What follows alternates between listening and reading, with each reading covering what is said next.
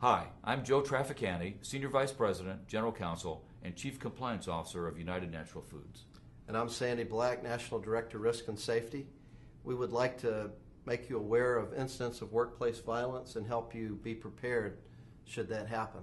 You know, workplace violence can find its way into our distribution centers in a number of ways. Directly from a troubled associate, or indirectly from that associate's domestic partner, let's say, who has issues and finds his or her way into our distribution center.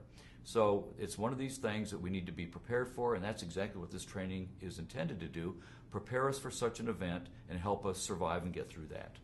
Yeah, it's a vision of workplace violence. We want to help you be aware of potential situations so that you can prevent it from being a bad situation. And just to give you sort of an idea that this isn't such a foreign concept, it wasn't that long ago that a distribution center near our Dayville, Connecticut distribution center had such a tragedy.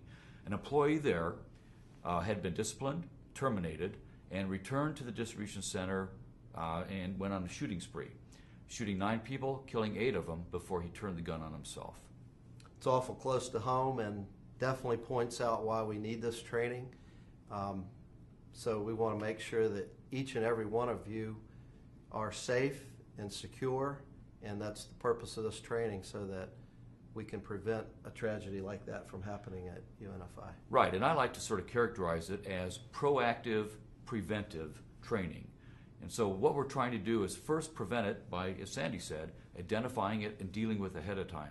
But if it happens, then we want to make sure that you are all trained to take appropriate action to save yourselves and to save others. I agree, Joe.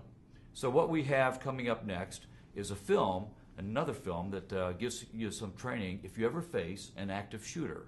So pay attention to this thing. It's got some incredible tips, things I hadn't thought of before. And so this is all part of what Sandy and I are calling the proactive preventive training. Thank you. Thank you.